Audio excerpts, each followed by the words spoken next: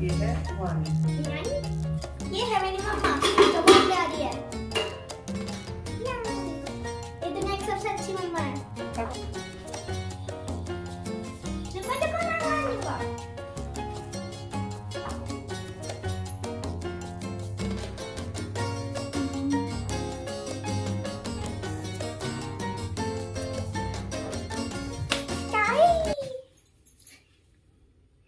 Hello everyone, कैसे हैं आप सब। नमस्ते, मैं हूं पूजा और स्वागत करती हूं आपका अपने channel be real be simple में।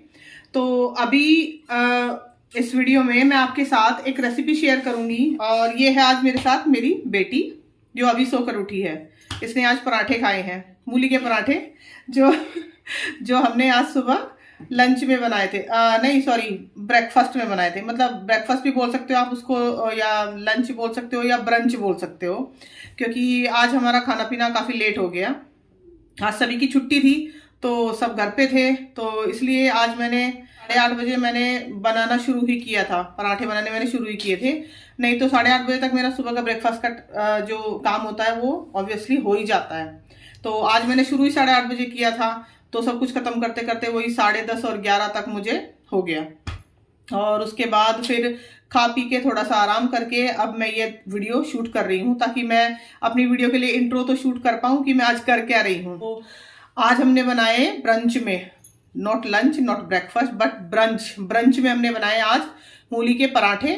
और आज मैंने थोड़े से अलग तरीके से बनाए, जैसे मैं आमतौर पे बनाती हूँ उससे थोड़े से अलग तरीके से बनाए, लेकिन आप यकीन करें बहुत ही बेहतरीन बने थे, बहुत ही ज़्यादा बेहतरीन। इसलिए नहीं कि मैंने बनाए थे, वो वाकई में बेहतरीन बने थे। सभी ने तारीफ की और इसने कुछ ज़्यादा ही की, क्योंकि इसको जिस हिसाब से नींद आई है ना, मतलब उससे पता चल रहा है कि पराठे कितने अच्छे बने थे।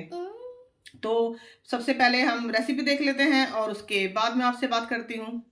तो मूली के पराठे बनाने के लिए सबसे पहले मैंने यहाँ पे ली है मूली, जिनको मैंने अच्छे से छील कर धोकर और रख लिया है, और फिर बारीक वाले कद्दूकस से मैंने इसको कस लिया है।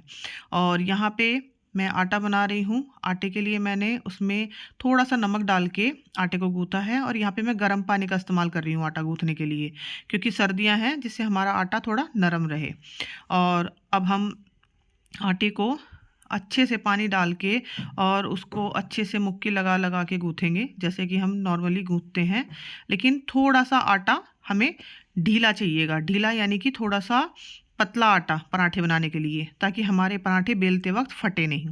जितना पराठे का आटा आप अच्छा बनाएंगे उतने ही आपके पराठे अच्छे बनेंगे। अच्छा, अब हम इसको रख देते हैं करीब 10 से 15 मिनट के लिए रेस्ट करने के लिए। और तब तक हम अपनी जो मूली हमने कस के रखी हुई है ना, उनको तैयार कर लेते हैं। अब इन मूलियों में हम हल्का सा नमक डाल के और इनको ढक के एक तरफ रख देंगे, ताकि मूली जितना भी पानी छोड़ना है वो छोड़ दे। और उसके बाद हम इसको निचोड़ के तैयार करेंगे। अच्छे से इसमें नमक को मिलाइए और ढक के करीब 5-7 मिनट के लिए रख दीजिए। इतने में ही आपका मूलियों का पानी अच्छे से निकल जाएगा। तब तक हम मूली के जो हमें मूली का जो बैटर, वो सॉरी मूली का जो हमें मसाला बनाना है, उसके लिए हम बारीक बारीक प्याज कट कर ले रहे हैं। आज मैं प्याज से छौंक के बना रही हूँ इसको, पहली बार ट्राई कर रही हूँ, और अच्छे बने हैं पराठे, तो आप भी ट्राई कीजिएगा।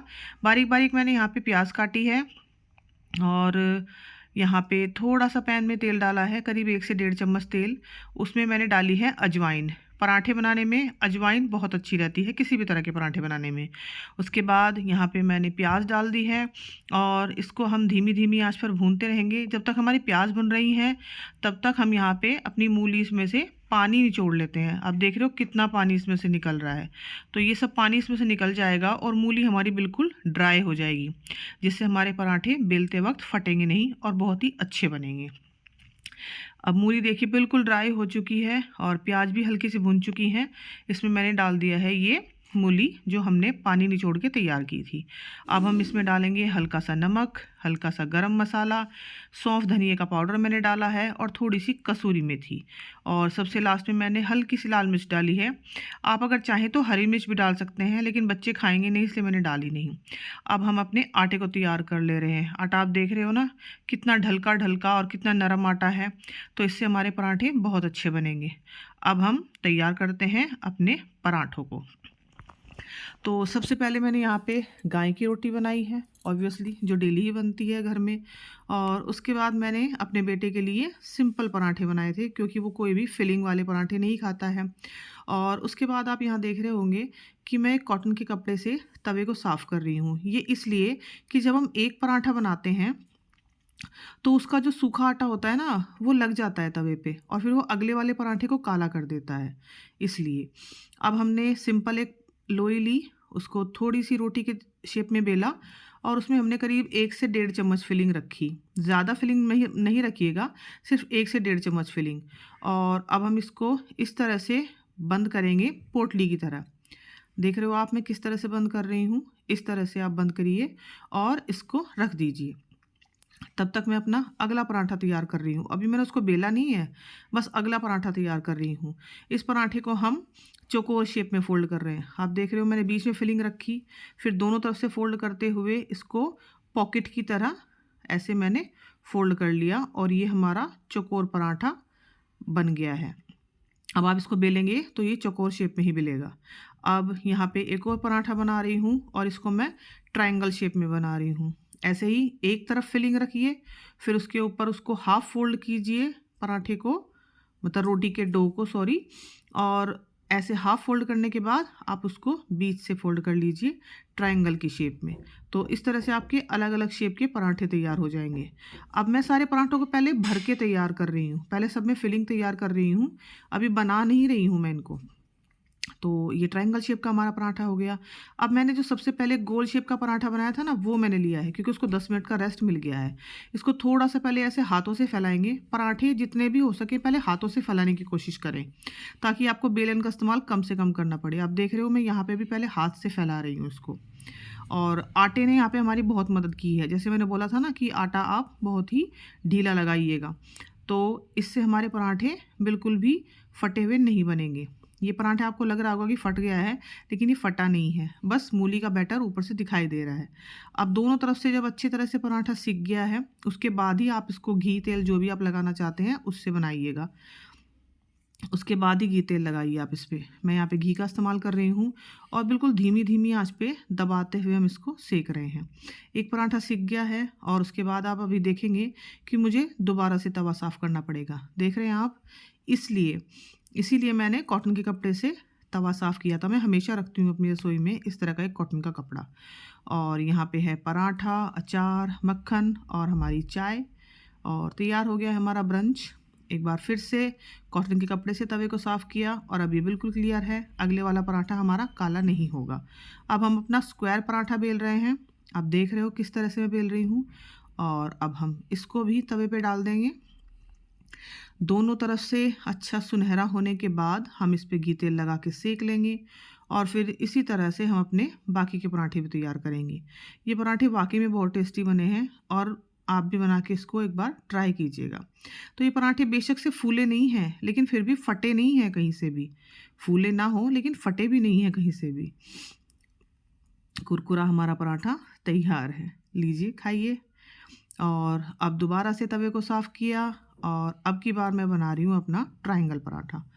तो इसको भी हम इसी तरह से सेम सेक लेंगे, बस शेप अलग अलग है, बाकी स्वाद सभी पराठों का वही आना है।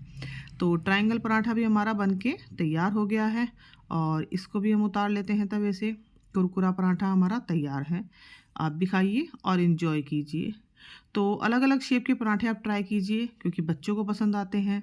बाकी आप जैसी भी शेप चाहें ऐसी रख सकते हैं। ये पराठे बहुत ही टेस्टी बनेंगे आपके। अच्छा, जब तक हमारा लास्ट का पराठा सिक रहा है तब तक मैं आपको रसोई की हालत दिखाई देती हूँ। देखिए क्या हालत है रसोई की, बुरी तरह से फैली हुई है रसोई। जैसे कि मैंने कहा था कि जब रसोई में काम करेंगे तो वो वाकई में बहुत बुरी तरह से फैलेगी, इतनी बुरी तरह से कि आपको समेटना मुश्किल हो जाएगा। लेकिन खाना खाने के जस्ट 10 मिनट बाद मैंने ये देखिए पूरी रसोई समेट दी। अब पूरी रसोई बिल्कुल क्लियर है, बिल्कुल क्लियर। आपको बर्तन भी साफ़ दिखाई दे रहे हैं और ये सब भी क्लियर हो चुका है। यहाँ पे हैं हमारी सब्जियाँ जो मैंने अभी सुबह ली थी और उनको मैंने पहले अच्छे से वॉश किया और फिर नमक के पानी में उनको 1 घंटे के लिए भिगो के छोड़ दिया था, क्योंकि इससे सब्जियों के पेस्टिसाइड अच्छे से निकल जाते हैं।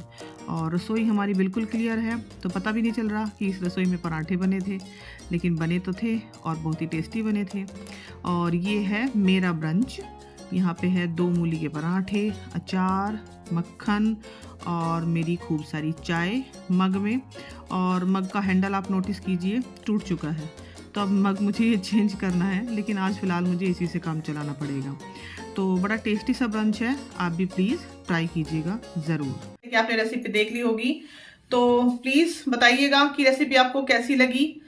बहुत ही सिंपल रेसिपी है और सर्दियों में खासतौर से जैसे पराठे सभी घरों में बनते ही हैं, तो आप इसे प्लीज़ ट्राई कीजिएगा। और मूली आजकल के सीज़न में आती है बहुत है, हेल्थ के लिए भी बहुत अच्छी होती है। उसको आप ज़्यादा ऑयली ना बनाएं, ज़्यादा घी तेल का इस्तेमाल बहुत ज़्यादा ना करें। मतलब पराठे बनने हैं, ऑब्वियसली घी तेल का इस्तेमाल होना ही है, लेकिन इतना ज़्यादा इस्तेमाल ना करें घी तेल का कि मतलब पराठों में से आप उतारें तो उनमें से घी जैसे ऐसे पकड़े तो उनमें से घी टपक रहा हो या तेल टपक रहा हो, वो वाले ना बनाएं।